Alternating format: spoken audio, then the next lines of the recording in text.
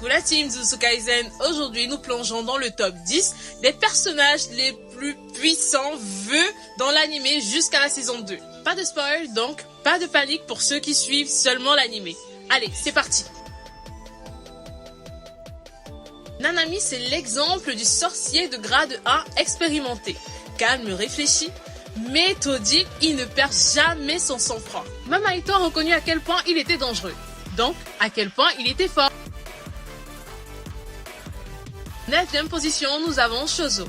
Introduit pendant l'arc de Shibuya, il est un être mi-humain, mi-fléau. Son contrôle du sang maudit est impressionnant, que ce soit en distance ou en combat rapproché. Et ce qui le rend un peu plus redoutable, c'est son instinct en tant que grand frère protecteur. Je mets Mahito en 8e position. C'est l'un des fléaux les plus terrifiants. Avec sa capacité à manipuler les âmes, il est quasiment intouchable. Mahito évolue super vite et à chaque combat, c'est un antagoniste marquant de l'anime.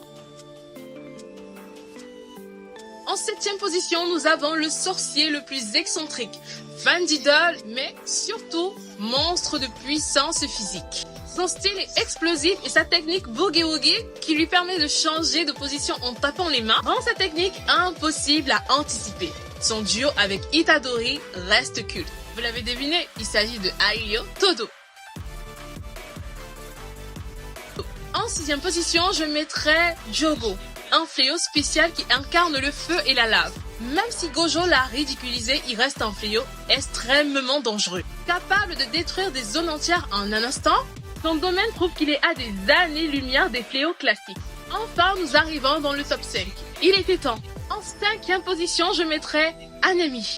C'est un fléau lié à la nature. Sa peau ultra résistante le protège et ses attaques physiques sont écrasantes. Intelligent et stratégique, il a mis les étudiants en énorme difficulté sans même se donner à fond.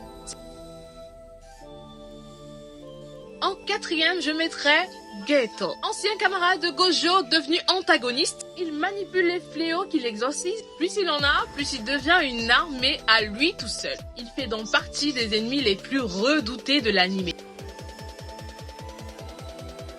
En 3, il s'agit d'un tueur de sorciers. Oui, il s'agit de Toji Fujiguru. Dépourvu d'énergie occulte, il compense par une force surhumaine. Il a une maîtrise incroyable des armes maudites. Il a réussi à vaincre le plus puissant des exorcistes et même à menacer Gojo. Sa force physique est tout simplement hors norme. Notre top 2 est le plus fort de sa génération. Vous avez deviné, il s'agit de Satoru Gojo. Grâce à ses yeux et à sa technique de l'infini, il manipule l'espace comme il veut. Ceci rend presque toutes les attaques inutiles. Faut noter que son domaine est l'un des plus impressionnants jamais vus. Face à Gojo, franchement, qui peut espérer gagner? Le top 1 revient au roi des fléaux, Sukuna. Même avec quelques doigts, il manipule des adversaires comme Mahito ou Jogo sans même forcer. Brutal, cruel, incroyablement puissant, Sukuna reste la plus grande des menaces de l'anime jusqu'à la saison 2. Bah voilà, c'était mon top 10 des personnages les plus puissants de l'anime Jujutsu Kaisen jusqu'à la saison 2. Et vous aurez mis qui dans ce classement? Je veux vos avis en commentaire. Pensez à liker, à vous abonner et à activer la cloche de notification pour ne rien rater de mes prochains classements. À très bientôt.